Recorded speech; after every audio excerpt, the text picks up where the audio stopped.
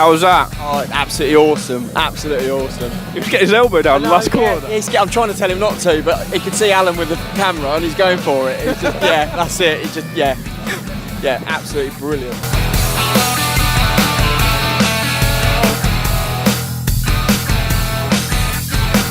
We haven't been cancelled. Welcome to episode 2 of the British Mini Bikes here on Biker FM. Tonight we're going to be concentrating on the junior side of our championship. We'll be speaking to Richard Beach, who's the manager of Mini GP UK. We're going to have a roundup of the results from round 8 at Rowra. But first we speak to Charlotte Jones about what it's like being a parent in the British Mini Bikes paddock. It gets quite scary at times. I mean, when she's out there practicing, I'm absolutely fine. But when it comes to the racing, that's it. My nerves are they're just everywhere. As soon as she gets on that start grid and heads to that first corner, they all come together. That's the most scariest thing in the world. But do you enjoy it though? Yeah, absolutely love it. I wouldn't trade it for anything. I mean, we were actually just saying the other day, we don't know what we did before racing. The weekends must have been so boring because now we're pretty much living at the track and we're all loving it, the whole family. You are listening to British Mini Bikes on Biker FM. I'm here with Richard Beach, who is the manager of Mini GP UK. Mini GP UK? Mini GP UK. Mini GP UK. Basically, the Mini GPs are a class that run within the British Mini Bikes. But right, okay, let's start off from the beginning. Right, what is a Mini GP bike? For someone who's never been involved with mini bike racing or anything, grassroots motorsport, what is a Mini GP bike? What kind of packages? The Mini GP bike is an IMR, which is a Spanish bike based around a Chinese pit bike. So it's a 140cc 4-stroke. It's fully faired and it's got 4 gears, so 4-stroke, single cylinder, 4 gears. But on the Mini GPs now, you've got everything from adjustable rake on the forks. Yeah, the suspensions are fully adjustable, the front and rear. The swing arms completely, as in like the position of the swing arms adjustable, so you can adjust the geometry like you would do on a proper bike. On a proper sports racing bike. That's You right. can adjust the geometry, fully adjustable suspension, fully adjustable shocks. You name it. You can set this bike up to your little riders. That's right. Yeah, so fully adjustable. And for 1,600 quid, it is an unbelievable price for it. It's pretty mad, if I'm honest. I mean, they've got 12-inch wheels, and with the Mini GP UK, we've got a good sponsorship. We've done they look after us all year round. We've got 2 rear compounds, but they only do the one front compound dry tyre, which is an intermediate. Yeah. And then one compound for wets. What age do these riders start at? We look at getting riders on board as early as 8 and as old as 15, but they've obviously got to be, if they're 8 years old, they've got to be able to touch the floor, and if they're 15-year-old, they've got to be small enough to ride the bike because it is a mini bike. Yeah. But it's age 8 to 15, that's the groups that we aim the Mini GP UK at. Yeah, but next year they're bringing out, the moment you run 12-inch wheels, yes. But next year there's going to be a 10-inch wheel race package available, isn't there? That's right, yeah, so that, again, dependent on size, that could be down to 6 to 7-year-olds, I believe. Brilliant. So we can start them younger on a smaller bike and then progress them through to the bigger IMR 140 with the 12-inch wheels. And also the advantage of running a manual bike to an automatic, isn't it? You got the semi-automatic in the Bambinos, but they've still got to knock the gears up, and they've still got to understand what the right gear in to get the drive out of the corner. So you're showing that natural progression, and the advantage is you're sticking with those gear bikes right the way through, aren't you? All the way through, yeah. It's not twist and go. No. So it's starting them off with a semi-automatic so they get used to using gears, but not have the complication with the clutch. And then when they've grasped that idea, they move on to a gear bike where you've got the clutch, and it's just a natural progression, the next step up. You've got young lads who want to get into motorcycle racing, and to get into road racing, you the first thing you think of maybe getting an RS125 or going down that route. But you've shown that for half money, you can be getting something. The whole idea of what we do in Mini GP UK is to do it as cheaply on the parents' pocket as possible. Yeah. And it's try and promote getting kids in and do it cheap. I mean, I've raced myself, and the amount of money that you throw at it at a full-size race bike is phenomenal. But you know, for 1,600 quid for the whole package, I mean, that is the bike. You'll end up buying a set of wheels for like 150 quid and another set of tyres for another 120. Yeah. Set of tyre warmers 90 quid, a couple of paddock stands, 35, 40 quid a piece, and that's it. Off you go racing. Yeah. So it's. And these really are the ideal foundation to start off. I mean, Yeah, a lot of lads. I mean, you got the mini motos. When people talk about mini bikes, you automatically think about mini motos, don't you?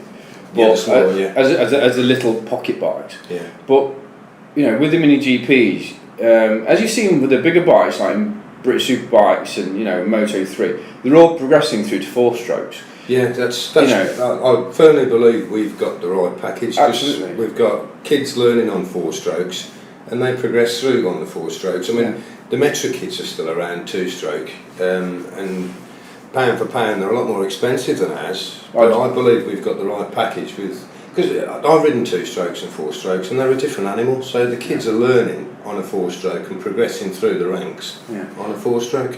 What's the difference? I mean, we saw Chloe racing a Metra kit at Rara, and there was nothing in it. It was. And Chloe came in front, so it shows the mini GP 140 can hold its own without any problem whatsoever. That's right. Well, we've seen it at Wilton as well. When Wilton seems to attract more racers, I think it's just because it's central. Yeah. And there's always a cracking grid there, and the mini GPs, they're beating the Metra kits and beating the Ovales, and like I say, it's good, cheap fun. So. We've talked about the race packages, we talked about the bikes, and we've shown that they are really the way in which you can get your child into motorbike racing at a very good basic level. As we discussed, Mini GP UK run underneath the umbrella of the British mini bikes with on our Mini GP class, but Mini GP UK is actually individual. We're individual in the sense that we run all the same tyres, Dunlop tyres. The engines are stock engines, so it's a 14 brake horsepower YX 140, totally untuned. It's literally straight out the box. Do you supply the engines or? We supply the engines, yeah. Okay. We did used to lock wire them, but it started getting a bit political. But everybody's under one big umbrella, one big family there racing, and everybody trusts one another. So if something breaks down on one side, there's always somebody who's got spare bits and pieces. We get them all going again. So predominantly it's controlled tyres, controlled engines. The chassis and the swing arms are all the same on the bikes. As we spoke about, front forks and rear shock all fully adjustable. So you just tinker with that till you get the right balance for your rider. And purely the idea is it's cheap, fun racing, controlled. So it's really down to that kid on that bike. One big thing that I've seen is the fact that all your lads, they're racing together, but in the paddock, they're all together. It's kind of one big happy family. The kids, when they turn up, they're all off, all as a bunch doing whatever they're doing, probably up to mischief. No. And how many are there? There's a total of 9 of us now. So we started off the year this time last year when I took it over. There was 2. Yeah. And that was Lewis and Maya Harris.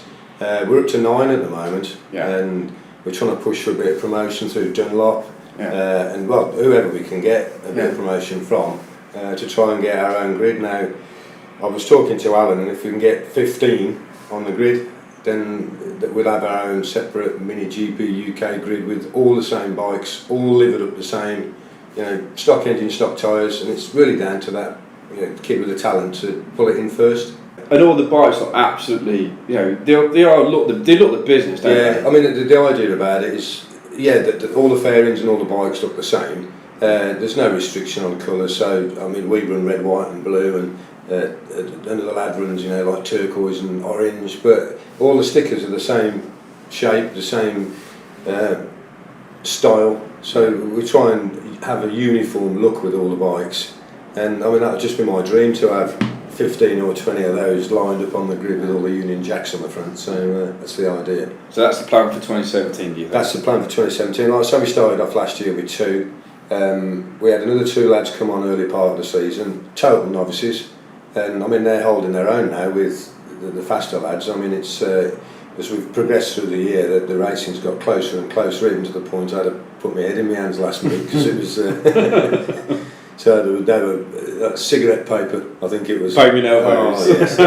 So, but yeah, it's done as a family unit. You know, all the mum and dads are there supporting the kids. We're all together. There's a social side of it as well. Obviously, once the kids have gone to bed. You've got an end of year. We will have an end of year mini GP UK do. Yeah. We've got the trophies already sorted out, first, second, and third. And the first trophy is quite a big old trophy. And this is the first year that it's actually going to be presented because we're on the trophy. This will be the 3rd year we've run Mini GP UK. The trophy now has got all the names of the previous winners on the bottom.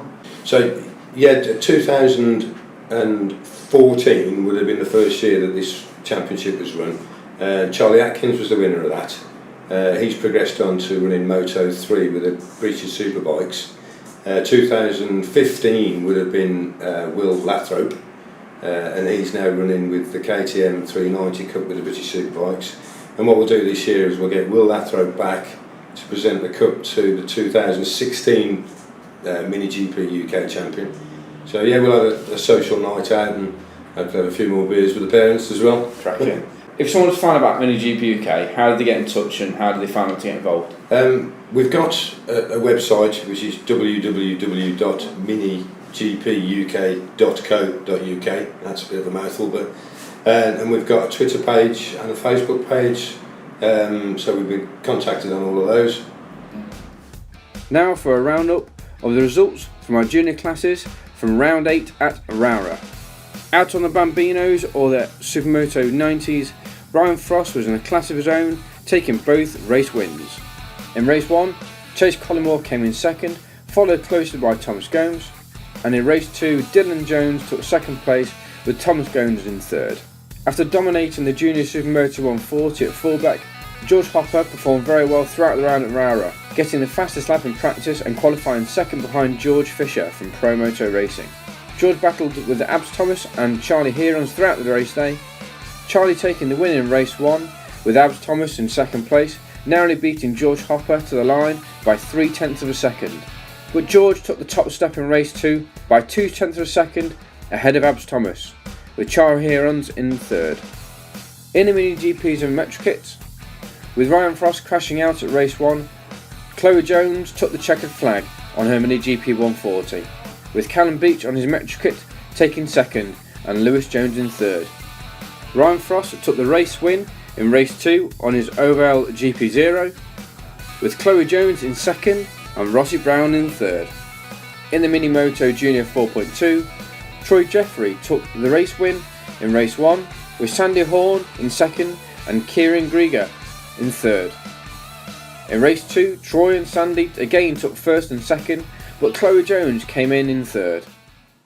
We're here with Troy Jeffrey, race 1 of the day and the first win of the day. How did that go for you? Quite good. I had a little slide at the chicane, but it's fine. And it's really slippy, breaking into the corners. So you're running the Mini Moto Air Cool class. How's the bike running today for you? Quite good. I nearly didn't get out on the first race because Dad was late on fixing the tyres. So your mum and dad helped you out a lot during the day, is that right? Yeah. In the Minimoto Junior production classes, Kieran Grieger took the win in race 1 ahead of Troy Jeffrey in second and Sandy Horn in third. In race 2, Sandy took the top step ahead of Troy Jeffrey in second and Kieran Grieger in third. To catch up on the TV coverage from throughout the season, please don't forget to head over to our YouTube channel and please subscribe. And to keep up to date with the daily happenings within the British Mini Bikes, please head over to Facebook and give our Facebook page a like. I've been Matt Pearce and this has been the British Mini Bikes here on Biker FM.